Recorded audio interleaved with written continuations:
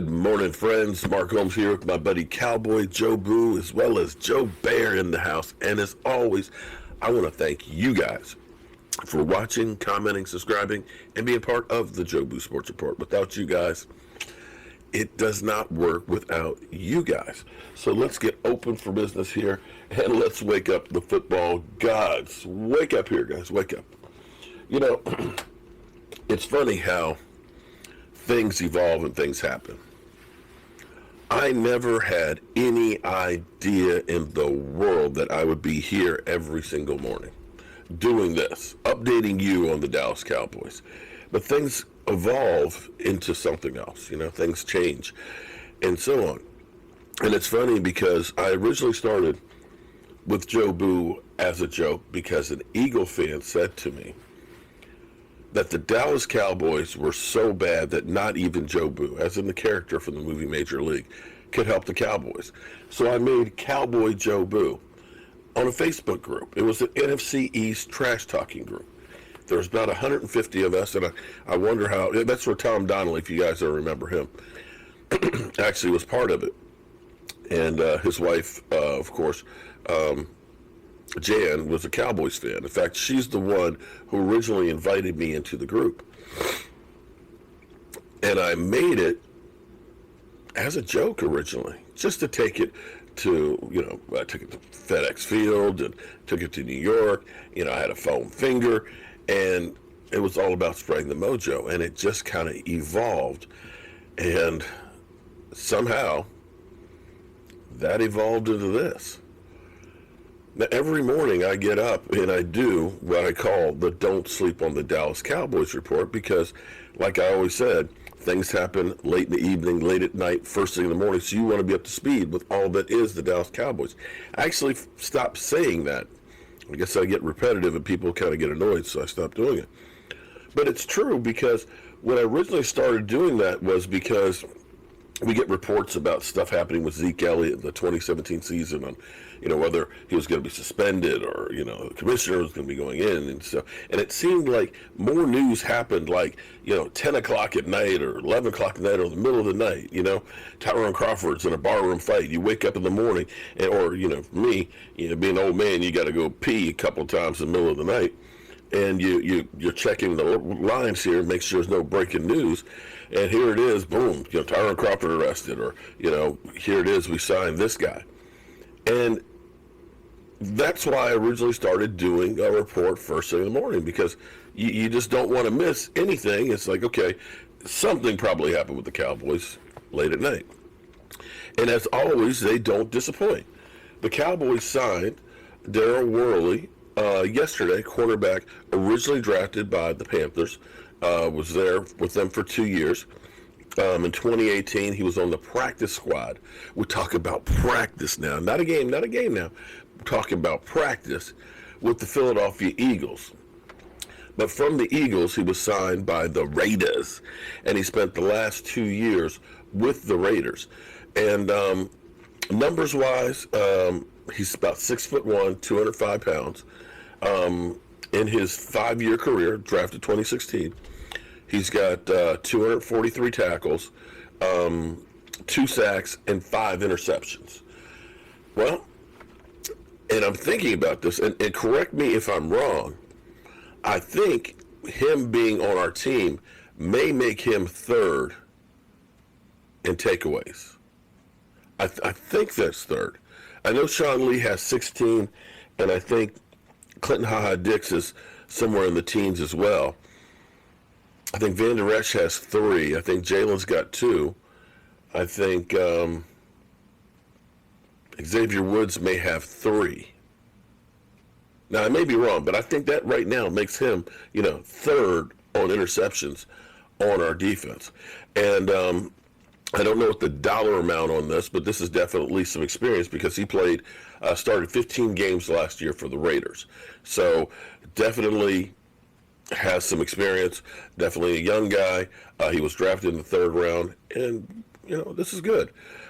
When you look at our defense, we do have 3 cornerbacks who are on a prove-it deal, a 1-year deal basically left from their rookie one, and Louis Awuzie and Xavier Woods. the Cowboys bringing in other guys that fit, hopefully, what they're going to try and do. Now, interestingly enough, it seems like Will McClay is beginning to get more of a voice. We noticed over the last couple of years that Will McClay has had even bigger role. Now, he's always been the head of scouting, but you'll remember that the Jones family went on vacation, I think it was 2 years ago, the first week of free agency, and Will McClay was left the keys to the Star. And they ended up signing a few players and bringing in people. In fact, I remember we signed the offensive lineman from Cam Fleming from New England. He was brought in during that week and things, and a couple other players. But Will McClay is now more vocal in the press than he has been before. And you'll notice that Jerry Jones seems to be doing a little bit less of the press. Now, he was still front and center for the draft, but, you're beginning to see Mike McCarthy talk a lot. You're beginning to see Will McClay, Stephen Jones. And I think we're kind of still beginning to put Jerry more in the shadows here. But Will McClay has been adamant, and I think Will McClay has been led, and I'm going to talk about him later on, to making more and more of the decisions. I think he's always picked great players and things like that, but there's been a shift in philosophy, and you've heard Mike McCarthy say this. One of the things that I will always, always remember and hate that I used to always hear from Jason Garrett. Jason Garrett would always say, the way we do things around here. And it was always about, here's my system, this is what we're going to do, and the player has to fit that system. But it doesn't always work that way. And see, this is where Will McClay is talking about fitting the system to the players. Sometimes you have players that are outstanding players, but they don't fit what you have in your mind. And that's where you kind of evolve and you learn to take talent, because the bottom line is talent. We have let players go because they don't fit our system, and yet they thrive elsewhere.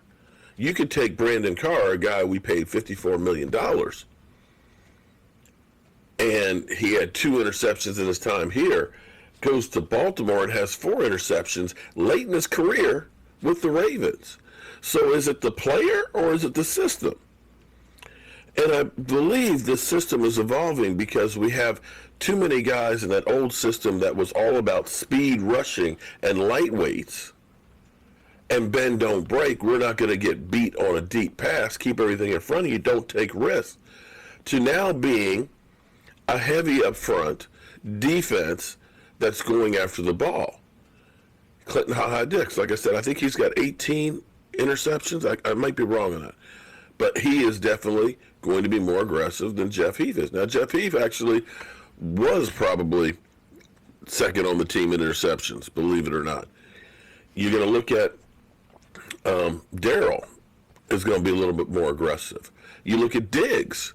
Diggs is way more aggressive as a defensive back. And see, as I go back and think, when you look at some of the great coaches that have left one place and gone to another, a lot of times they've had to evolve their system. As much as I hate the Redskins, you have to respect a Joe Gibbs. Joe Gibbs came from Air Coryell.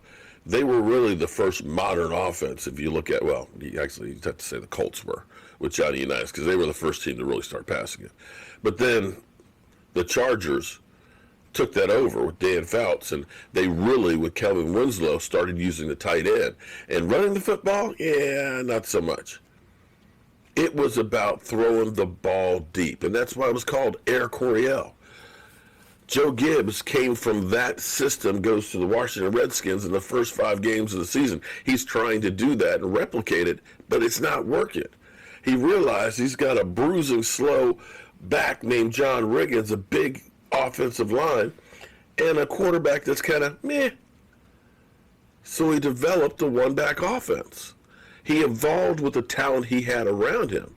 Not only that, he won 3 Super Bowls with 3 different quarterbacks. Three totally different quarterbacks. And that, my friends, is evolving to what you have. And that's something that Jason Garrett could never, ever do. This is the way we're going to do it. And that's that. So I'm hopeful that these players that they're bringing in, Daryl Worley, welcome to the Dallas Cowboys, is going to create some competition. We have some of our own. We've got ones we've drafted. We've got guys that we're bringing in from outside. And it's going to be let the best players play. And having all these coaches from different teams and organizations are going to have different sets of eyes. So you may see a combination of so many different things. Maybe it's some of the 90s Dallas Cowboys offense mixed in with the West Coast. Maybe you're going to see a 3-4 defense mixed in with the 4-3. That you're going to have different combinations and you're going to have different packages with different type guys, different matchups for different teams, because it's totally different if you're playing New Orleans versus, say, playing Kansas City. So you need to be able to match up with all the different teams. So I'm excited and happy about all that.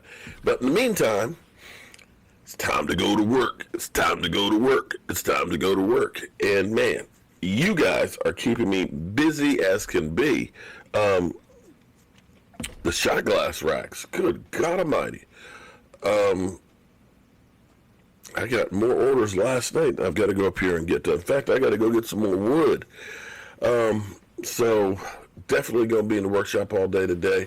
We'll do some live streams later. And I've got a question for you guys. Okay. The keep your ass at home. Keep it at home. Keep it at home. That's why this curve is flattening out. That's why this thing's not spreading more than it already has, because you guys have been keeping your ass at home. And I have had 2 orders of those shot glasses, which is 288, and I think I only have about 40 left. So all you guys that have gotten those shot glasses and keep your ass at home, thank you so much for becoming a channel member or ordering them or getting a shot glass or getting a rack and getting the free one with it. My question for you is this. I need to order some more because I'm getting low.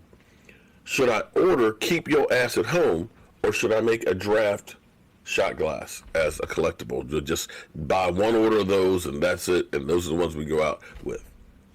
I'd just like to get your opinion, because without you guys, this doesn't work. So let me know in the comments what you guys think. Keep your ass at home or draft. All right, I'll see you soon.